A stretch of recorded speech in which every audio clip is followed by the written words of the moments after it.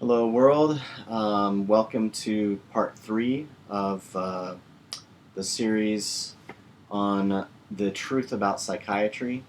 We've already done, my name is John Hancock, and we've already done two parts to this series. The first was called um, Cracked, based on this book behind me here, which was my introduction to the truth about psychiatry.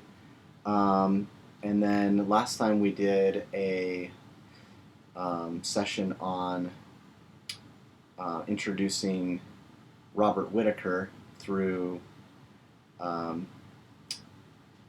what I titled The Secret of Nim. So that was video 2.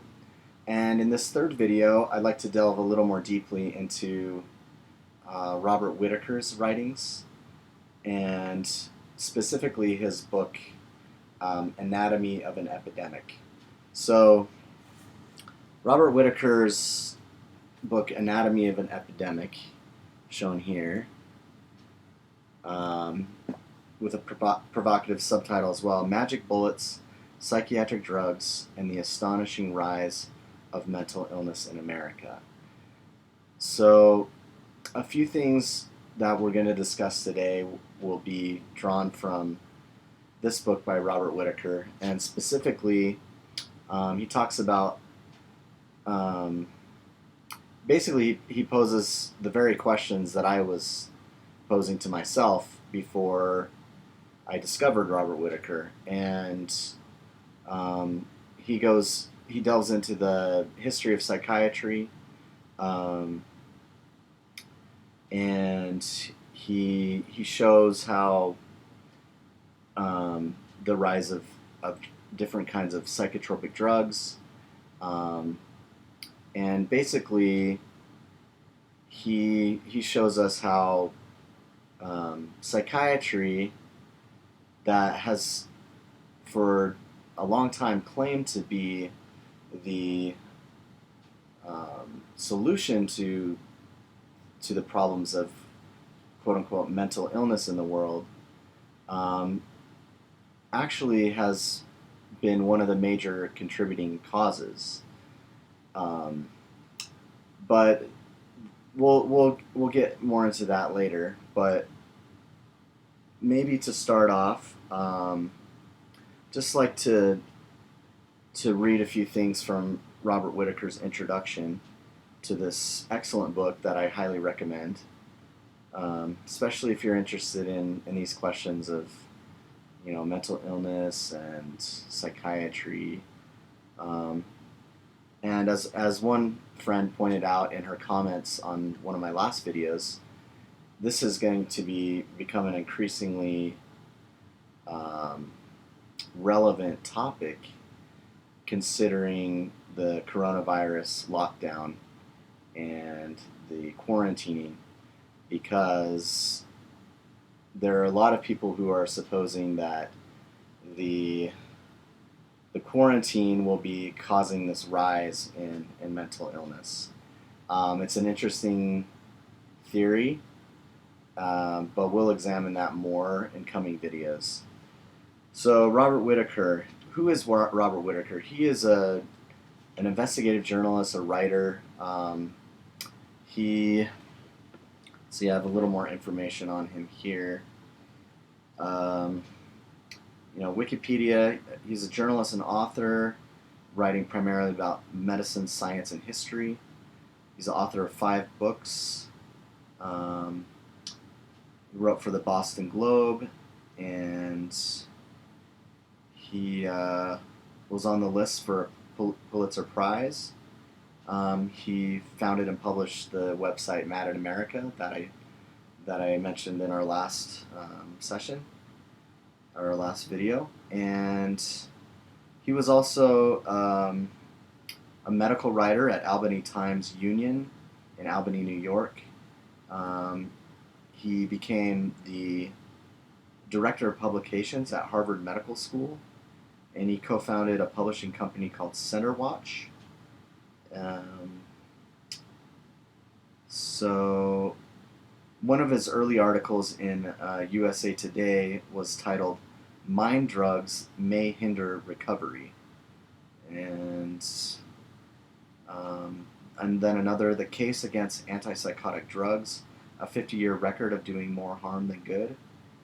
And then in 2005, he published a paper called "Anatomy of an Epidemic: Psychiatric Drugs and the Astonishing Rise of Mental Illness in America," which obviously was the seedling to his book, Anatomy of an Epidemic, that was published in 2010.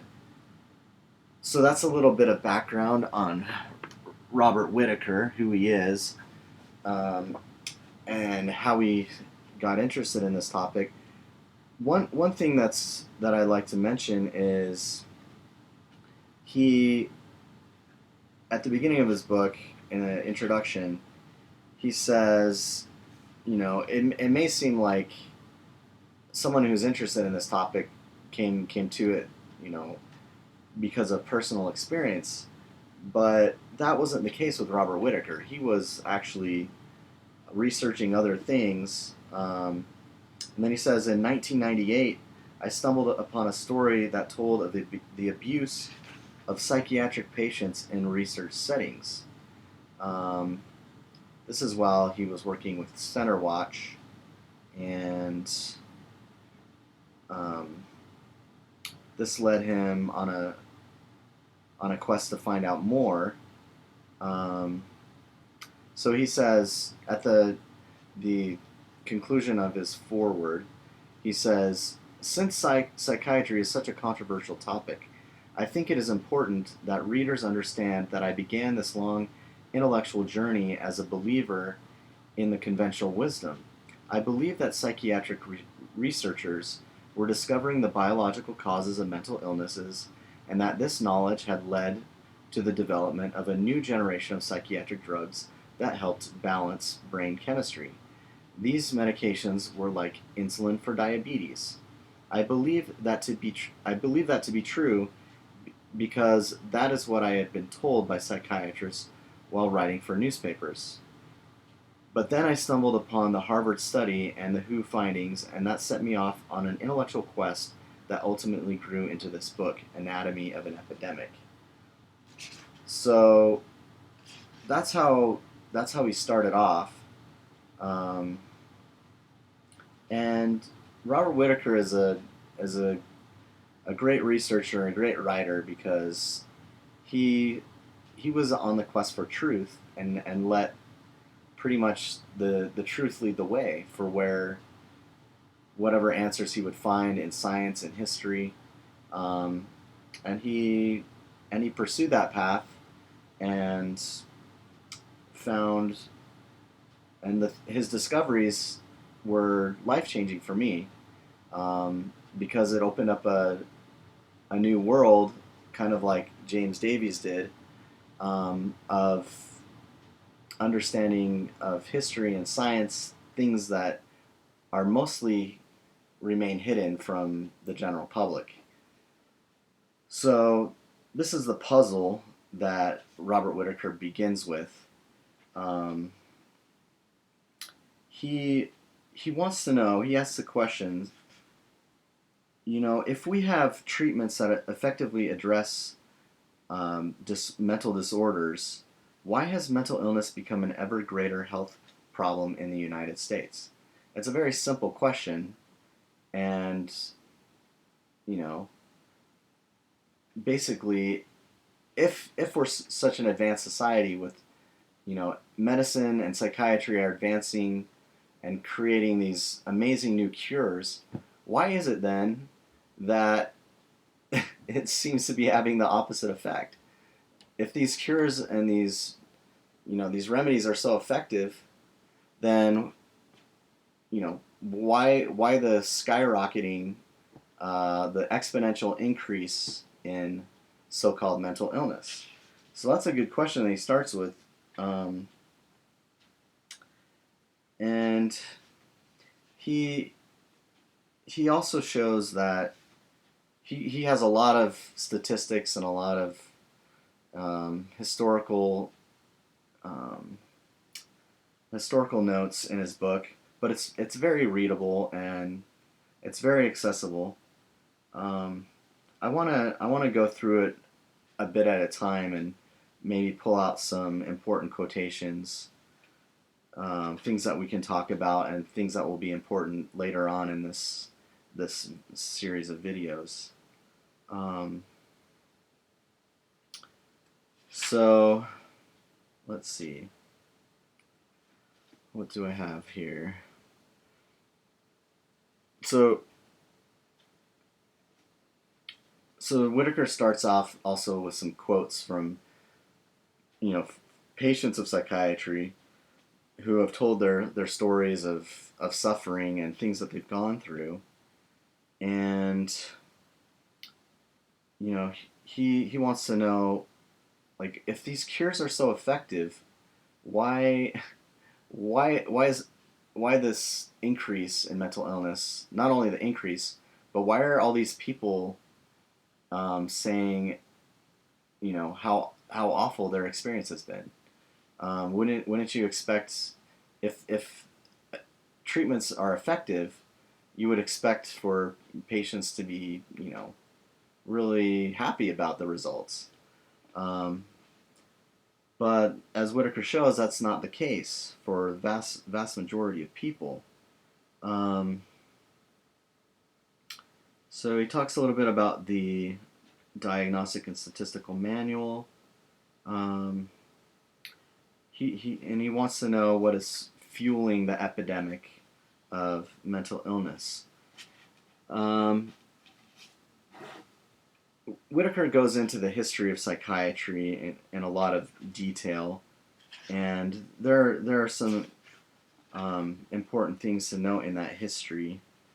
Um, but let me see. I'm just seeing if there's any quotes that would be from these patients that would be useful. Um, some of these patients were wondering about the so-called treatment they received and whether that was actually causing the problems that they were experiencing. Um, so that's kind of a introductory chapter.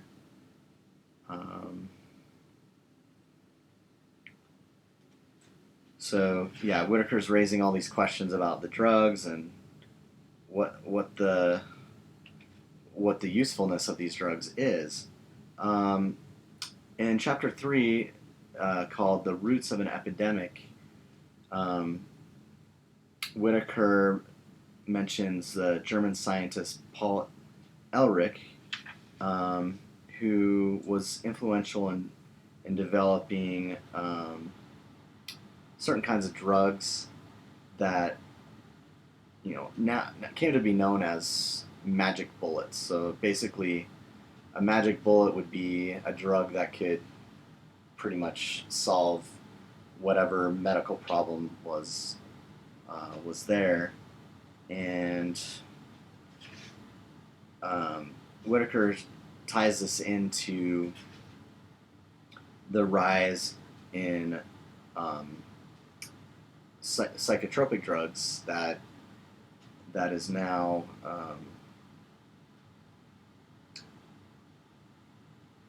he ties that into how psychotropic drugs have grown so much in the past several decades, because people suppose that they were the the magic bullets of psychiatry to solve the problem of mental illness.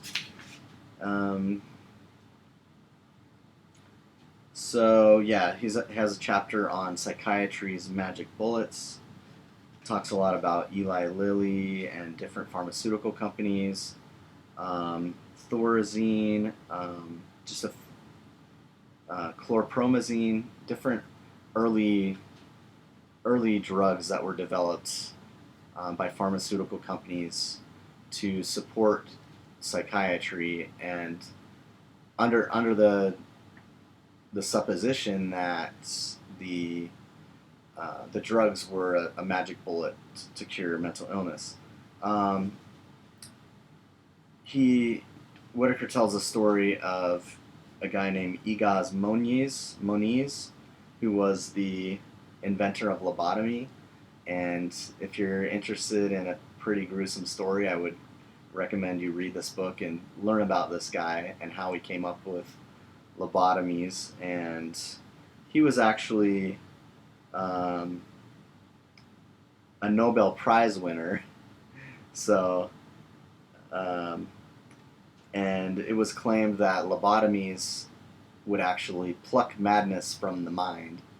Um, so, just an interesting story in the early history of psychiatry.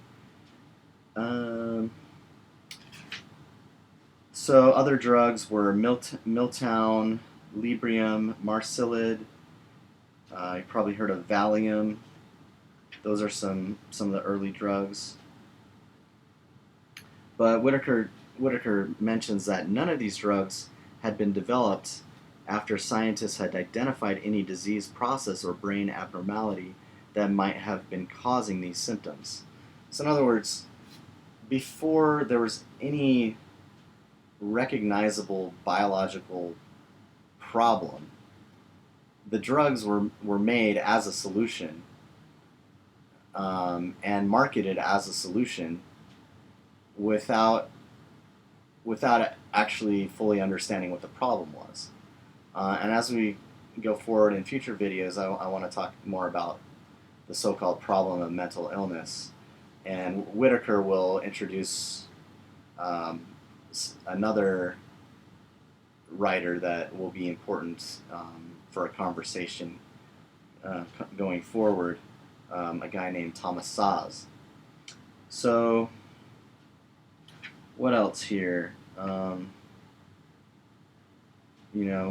Whitaker points out that one of the reasons psychiatrists or psychiatry was excited about these new drugs is because it would kind of bolster their reputation as being real doctors. So in order to become a real doctor, you had to be able to prescribe medications. And this, the introduction of these new drugs was, helpful for the industry in that way.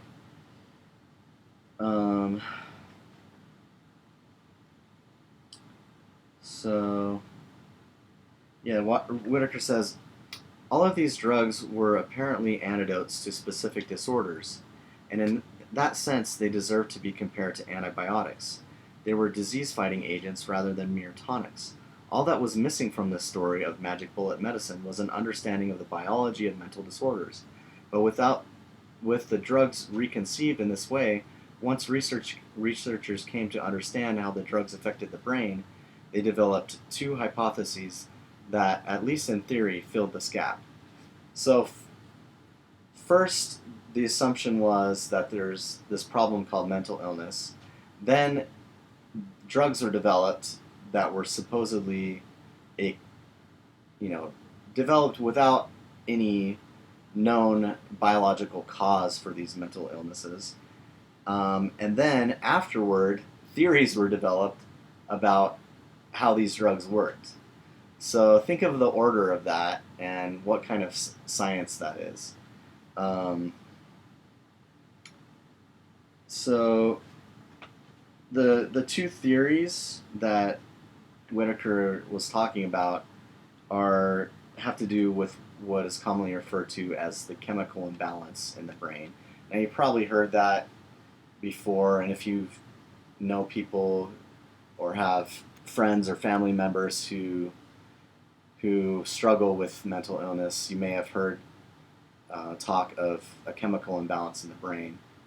I recall, an activity. It was actually a church activity, and for some reason, one of the members of our congregation was giving a presentation. He happened to be a doctor, and he was drawing up on the board the human brain with all these, here's the neurotransmitters, and here's the synapses, and this is what happens. And when you have mental illness, there's this chemical imbalance in the brain, and what the you know the medications do is it corrects this chemical imbalance in the brain. So you may have heard that, and you may know people who take these medications and who under the belief that they're correcting a chemical imbalance in the brain.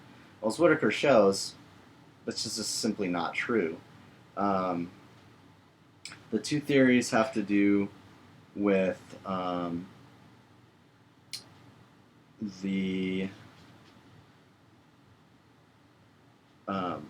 with depression and one with schizophrenia, and they're connected to different neurotransmitters like serotonin and dopamine. And Whitaker goes into great detail of how what these theories were and how what the mechanism of these drugs is. But one of the first people to come up with these theories was a guy named Joseph Schildkraut in 1965, and he was working for NIM, the National Institute for Mental Health, that we discussed in our previous video about the secret of NIM. So he worked for this Schildkraut fellow, worked for NIM, and he set forth the chemical imbalance theory of mental illness. But even he, Schildkraut himself, didn't think it was a very good theory. This is what he said, quote, "At best," he thought the hypothesis, "at best, a reductionistic oversimplification of a very complex biological state." So this is coming from the guy who came up with the hypothesis. And in the wake of this hypothesis was then developed the second hypothesis, the dopamine hypothesis of schizophrenia, which, as Whitaker points out, is also bunk. So here we have, a supposed problem of mental illness, a supposed solution of magic bullet drugs, then supposed theories or hypotheses to back up the marketing of these drugs, and then the very people who created these hypotheses and theories are actually admitting that they were wrong. So let's see. What does Whitaker have to say about this?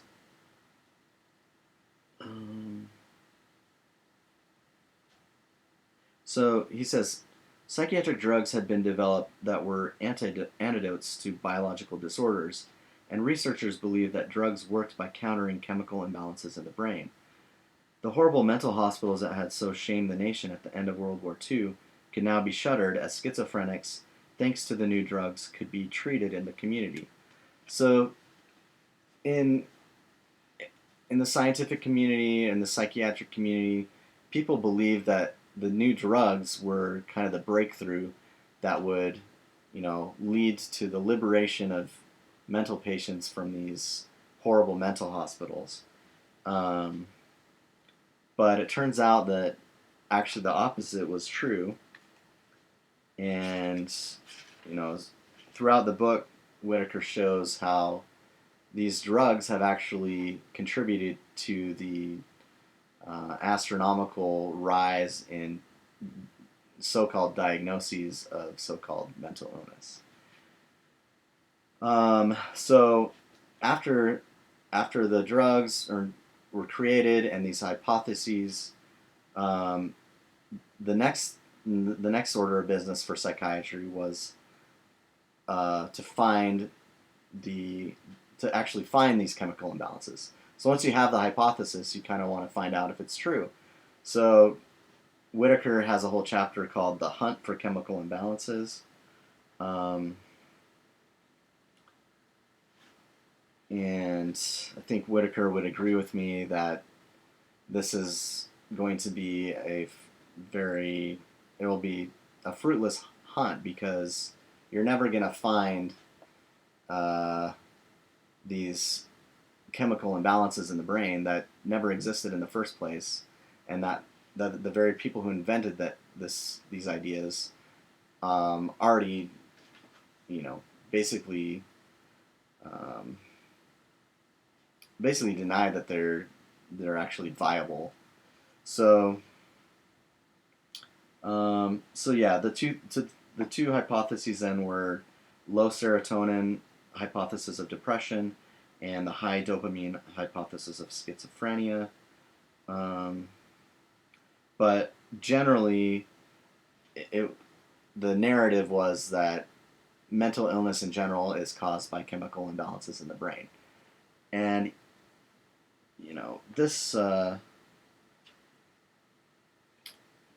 this is something that pharmaceutical companies ran with, and very effectively were able to market.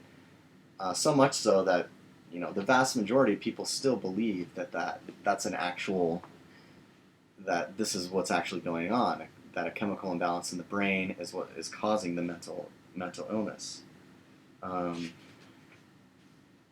so, but as Whitaker says, the medicine clearly doesn't fix a chemical imbalance in the brain.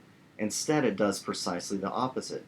Prior to being medicated, a depressed person has no known chemical imbalance. Fluoxetine, which is, I believe that's Paxil, or was that, no, Paxil's paroxetine. Fluoxetine is Prozac. So he talks about, Prozac was one of the early, I guess, second generation drugs. He says Prozac then gums up the normal removal of serotonin from the synapse, and that triggers a cascade of changes. And several weeks later, this serotonergic pathway is operating in a decidedly abnormal manner. The presynaptic neuron is putting out more serotonin than usual. Its serotonin reuptake channels are blocked by the drug. The system's feedback loop is partially disabled. The postsynaptic neurons are desensitized to serotonin. Mechanically speaking, the serotonergic system is now rather mucked up. So here we have a supposed problem with a hypothesis and a magic bullet drug as a supposed solution that is actually creating the very problem that it was, that it allegedly cures.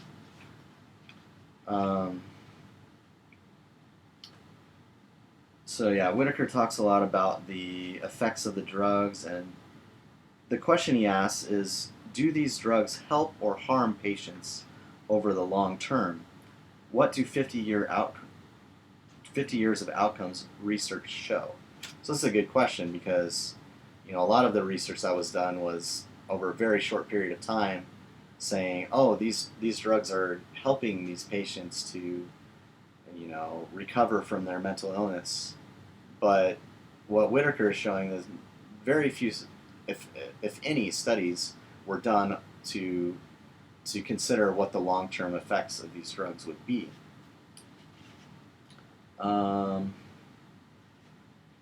This is a great book because he goes deeper into the history of psychiatry. We're introduced to the German psychiatrist Emil Kraepelin, the Swiss psychiatrist Eugen Bleuler, who coined the term schizophrenia, and a variety of other early psychiatrists. Let's see, he talks about Thorazine. So, I mean, I would like for you to read this book for yourself because it's so well written and it's so detailed. But I'm just trying to pick out some highlights that'll be maybe whet your appetite.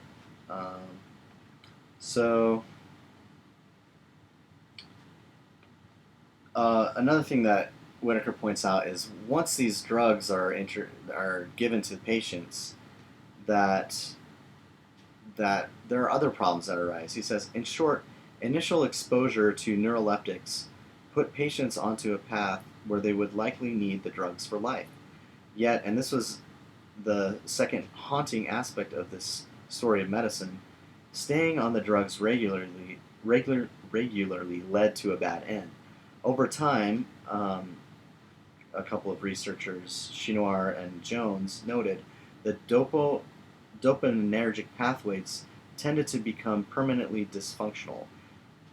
They became irreversibly stuck in a hyperactive state as soon as a patient's tongue was slipping rhythmically in and out of his mouth, tardive dyskinesia, and psychotic symptoms were worsening, tardive psychosis. Doctors would then need to prescribe higher doses of antipsychotics to tamp down those tardive symptoms.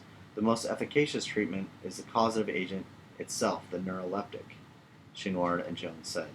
So this, basically Whitaker is pointing out, and it makes sense. Once you give someone a drug, that drug is doing something to the brain, and it's causing the person who's taking the drug to become more and more dependent upon it. So let's see. Whitaker's research reveals that these drugs are actually damaging the brain, causing shrinkage in the frontal lobe, and prefrontal cortex, basal ganglia, like all sorts of atrophy, all sorts of problems that are being created by these drugs that were allegedly the solution to the problem. So he has some personal stories from people who withdrew from drugs and how difficult that was. He has a whole chapter on benzodiazepines, which is another form of psychotropic drug, some of which are known as maybe there's Valium, there's Xanax.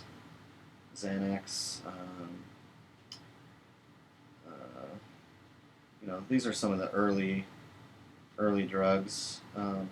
And Whitaker notes that these drugs also create all sorts of terrible problems like insomnia, seizures, tremors, headaches, blurred vision, ringing in the ears, extreme sensitivity to noise, a feeling that insects were crawling over them, nightmares, hallucinations, extreme depression, depersonalization, derealization, like a sense that the external world is unreal. So, really awful effects of these drugs. So, let's see. Talks about depression here. And he has a lot of detailed research on antidepressants, what they are, how they work, what they do. The SSRIs, the MAOIs, monoamine oxidase inhibitors. He's very thorough in his research of what these chemicals are and how and what effects they have on the brain.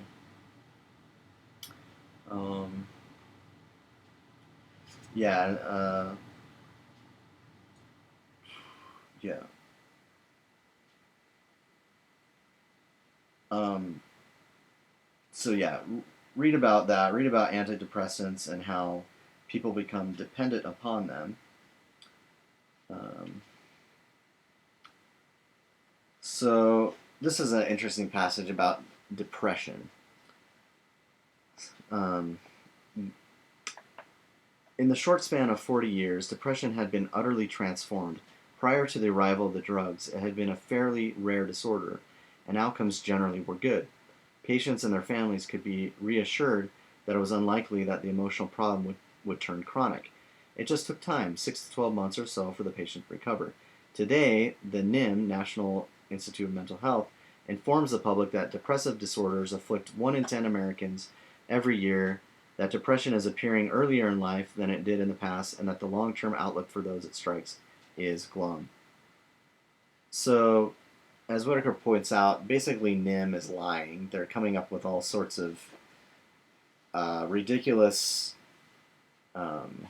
statistics to try to, you know, really it's to bolster their own paradigm of of what mental illness is and what depression is. You know, and these are still things you see in the news all the time. Like you'll hear, 1 in 10 this, or 1 in 5 people suffer with mental illness, and you know, 50% of this, and depression this. It's like, no, none of this is even remotely accurate.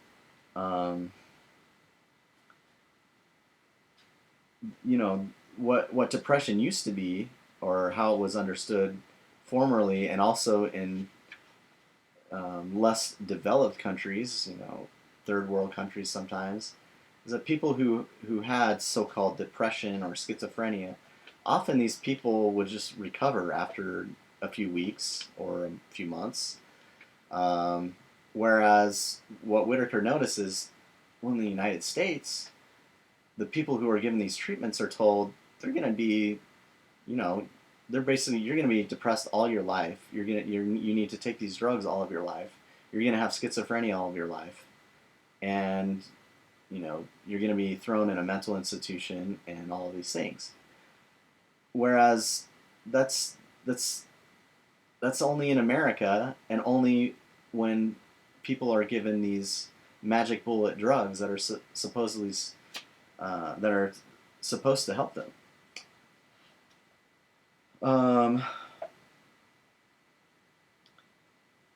Let's see, more about antidepressants. And I'll talk about antidepressants in other videos, because the word antidepressant itself is misleading, because as we see from the invention of these drugs in the first place, they're not really anti-anything. They were created before the problem was even understood.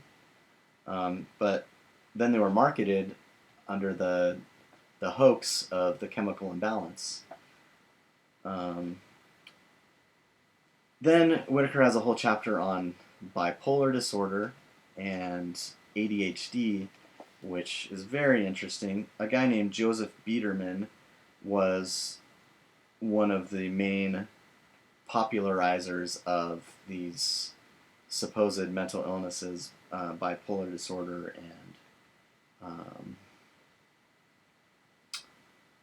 and ADHD.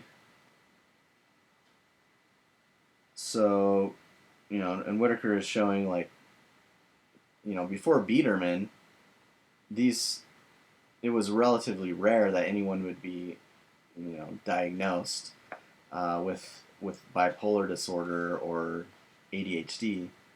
But after Biederman, these diagnoses are skyrocketing.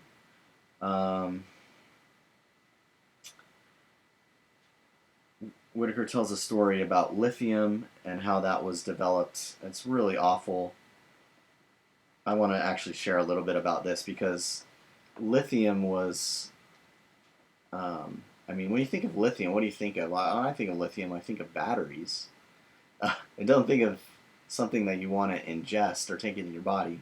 But somehow, and I'll share the story of how this happened, people began to believe that lithium was also a cure, or a way of managing so-called bipolar disorder. So the way it started with is a guy named John Cade. He was a physician in Australia, and he fed lithium to guinea pigs, and he observed that giving lithium to guinea pigs made them very passive and docile. And so he thought, if this works on guinea pigs, why don't we try it on, mentally ill people and see if that helps them? So in 1949, he reported that he had successfully treated 10 manic patients with lithium. However, he neglected to mention in his published article that the treatment killed one person and made two others severely ill. As makers of lithium tonics had long known, lithium can be toxic even in fairly small doses. Both intellectual function and motor movement may be impaired, and if too high a dose is given, a person may lapse into coma and die. So here's a guy giving lithium to human beings, killing them, and then claiming that this is a cure for bipolar disorder.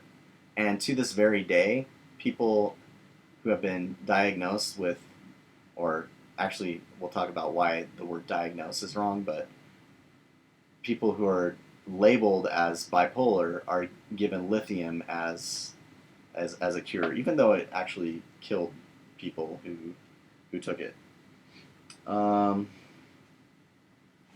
So there's much more on the rise of bipolar and the rise of ADHD, and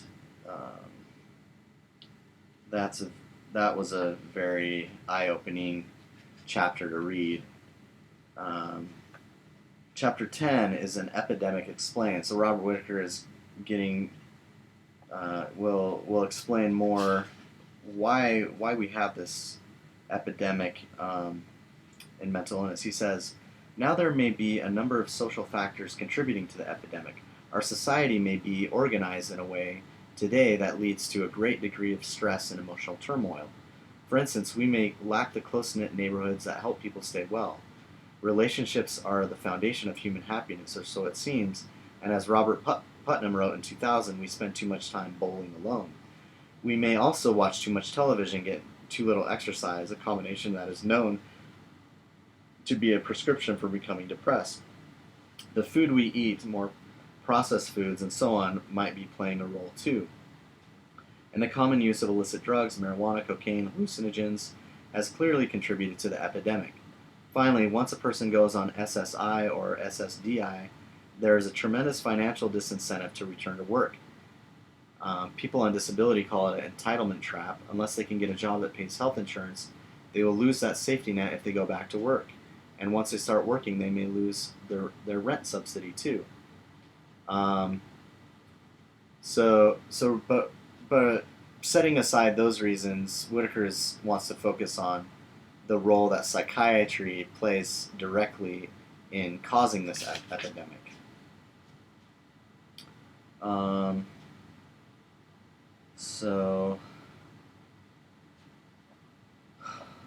The next chapter is about how the epidemic has spread to children.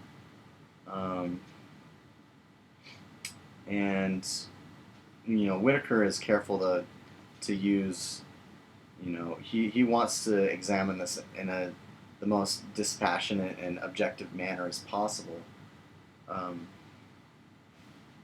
But it is startling how many children have been diagnosed or labeled as ADHD or bipolar, or any number of labels that come from the Diagnostic and Statistic Manual. So at the time of the writing of this book, 3.5 million American children take a stimulant for ADHD. 3.5 million, so that number is certainly higher now.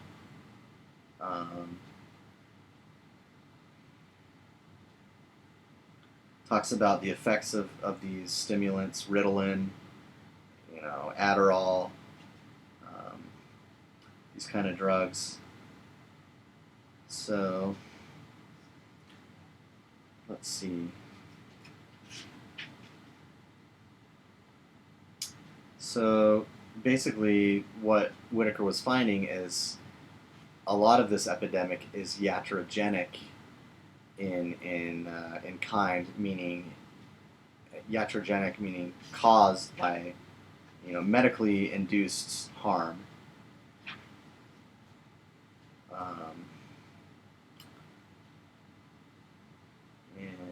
And yeah, my notes in this book, there's lots of kind of exclamations and a few expletives as I'm reading through this and discovering for the first time what psychiatry is doing to innocent little children.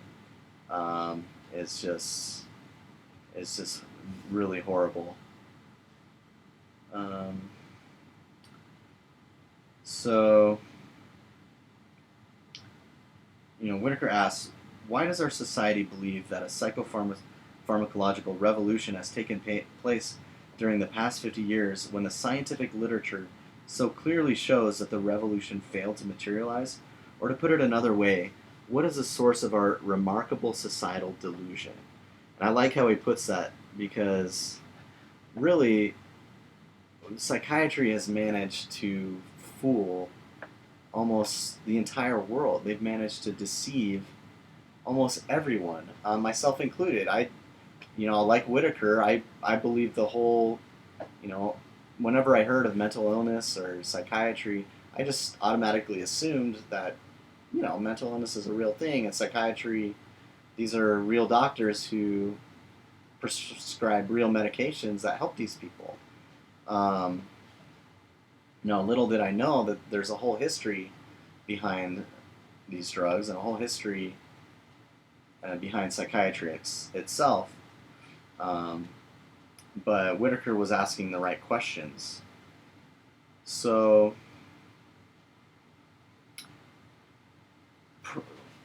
toward the end of the book, Whitaker introduces I guess we've talked about him a little bit, but a man named Thomas Szasz. And I'd like to read the passage from Anatomy of an Epidemic on page 264, because really Thomas Szasz understood all of this long, long before Whitaker or anyone else, and he was already writing about these things decades earlier. What Whitaker says about Szasz, the first problem that had arisen for psychiatry was an intellectual challenge to its legitimacy. An attack launched in 1961 by Thomas Szasz, a psychiatrist at the State University of New York in Syracuse. In his book, The Myth of Mental Illness, he argued that psychiatric disorders weren't medical in kind, but rather labels applied to people who struggled with problems in living, or simply behaved in socially deviant ways. Psychiatrists, he said, had more in common with ministers and police than they did with physicians. Szasz's criticism rattled the field, since even mainstream publications like The Atlantic and Science found his argument to be both cogent and important. The latter concluding that his treatise was enormously courageous and highly informative, bold and often brilliant. As Szasz later told the New York Times, quote, in smoke-filled rooms, time and time again, I've heard the view that Szasz has killed psychiatry. I hope so, unquote. So Whitaker points out that Szasz is one of the founders of the anti-psychiatry movement. There were others that were influential, people such as Michel Foucault, R.D. Laing, David Cooper, Irving Goffman, and we will discuss some of these people in future videos, some of their writings. And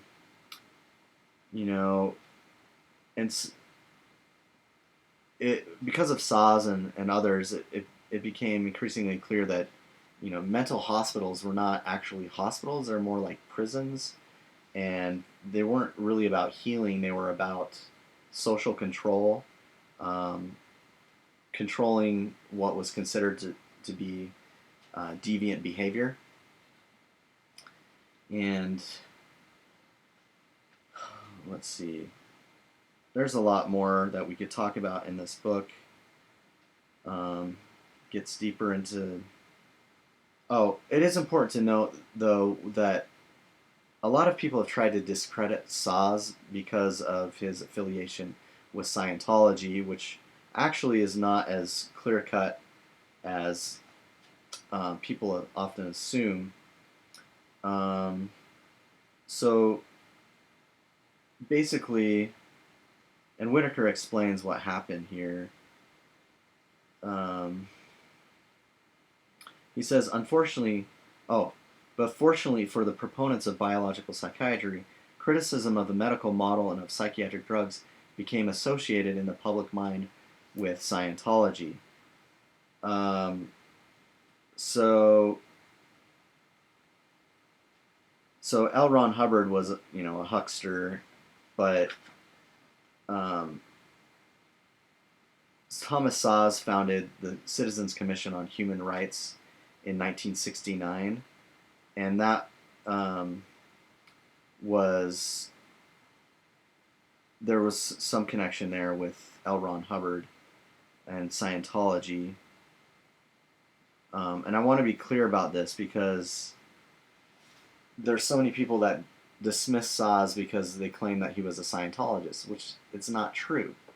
And actually, even though there are Scientologists that also oppose psychiatry, Thomas Szasz' criticism of psychiatry is completely separate from Scientology. So whenever anyone tries to claim that Szasz was, he was just a Scientologist, or his criticism is invalid because Scientologists also oppose psychiatry, they're just trying to dismiss Szasz's arguments by, guilty by association with Scientology. And Whitaker says, indeed, it is easy to imagine the drug companies deciding to secretly fund Scientology's protests, eager as they were to shove money to any organization that would wittingly or unwittingly advance their cause. So here we have pharmaceutical companies, the American Psychiatric Association, the National Institute of Mental Health, and also another organization called NAMI, the National Alliance on Mental Illness. I believe that's what it stands for. So we have all these bureaucratic organizations developing around these, disproven hypotheses of mental illness, but they're all reinforcing the narrative of the chemical imbalance and, reinforcing the psychiatric narrative and, promoting the pharmaceutical company remedies or supposed remedies to mental illness.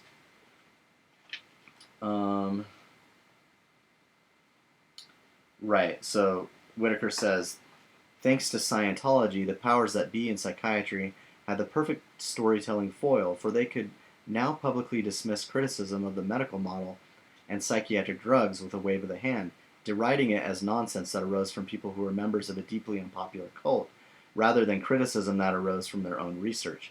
As such, the presence of Scientology in the storytelling mix served to taint all criticism of the medical model and psychiatric drugs, no matter what its source.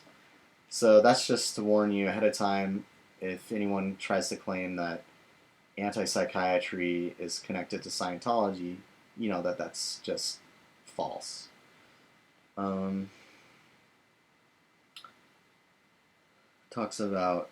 Whitaker talks about Peter Breggin, another author we'll have occasion to visit, and how psychiatry silences dissent and criticism. I want to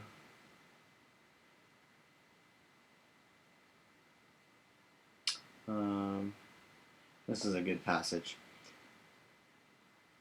Whitaker says, there is a story that psychiatry doesn't dare tell, which shows that our societal delusion about the benefits of psychiatric drugs isn't entirely an innocent one. In order to sell our society on the soundness of this form of cure, psychiatry has to grossly exaggerate the value of its new drugs, silence critics, and keep the story of poor long-term outcomes hidden. That is a willful, conscious process, and the very fact that psychiatry has had to employ such storytelling methods reveals a great deal about the merits of this paradigm of care, much more than a single study ever could. So we're starting to see the truth about psychiatry, that the chemical imbalance hypothesis of mental illness is false, and that these magic bullet drugs are actually causing the very problems that they're supposed to cure.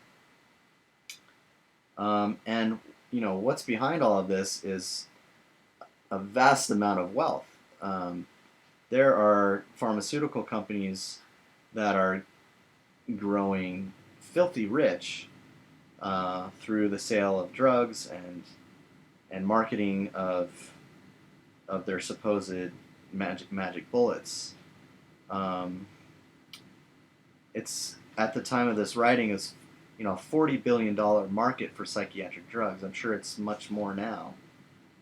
Um,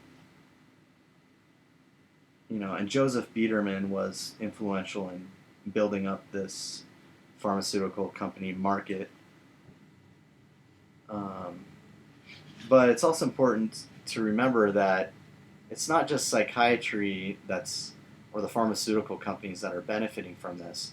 And it's not just the patients that are, it's not just their money that's being sucked out of their pockets.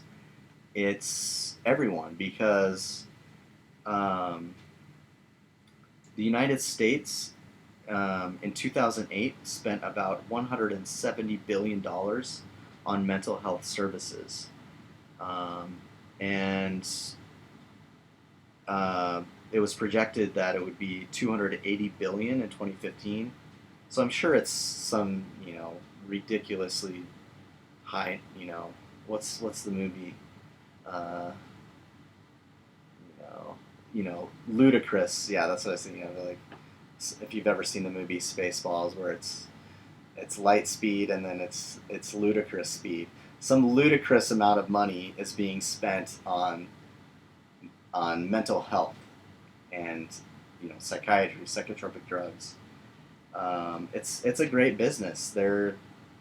It's a great business model because you find a problem in society, or you create a problem in society, and then you find the supposed solution that everyone needs, and then you get all these organizations behind you, including government.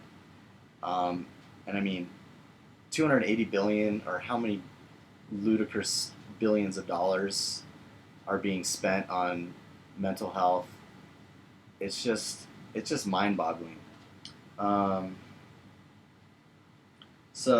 Whitaker shows in his book Anatomy of an Epidemic that this false story that psychiatry has told the public, and that pharmaceutical companies have helped to sell, is actually exacerbating whatever problems people were having, before.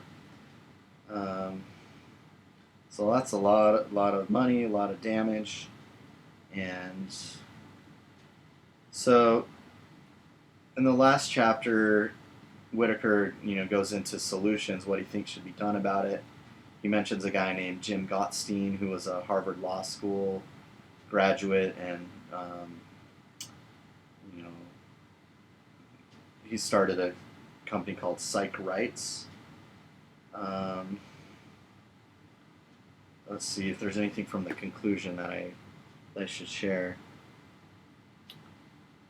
Whitaker says, for the past 25 years, the psychiatric establishment has told us a false story.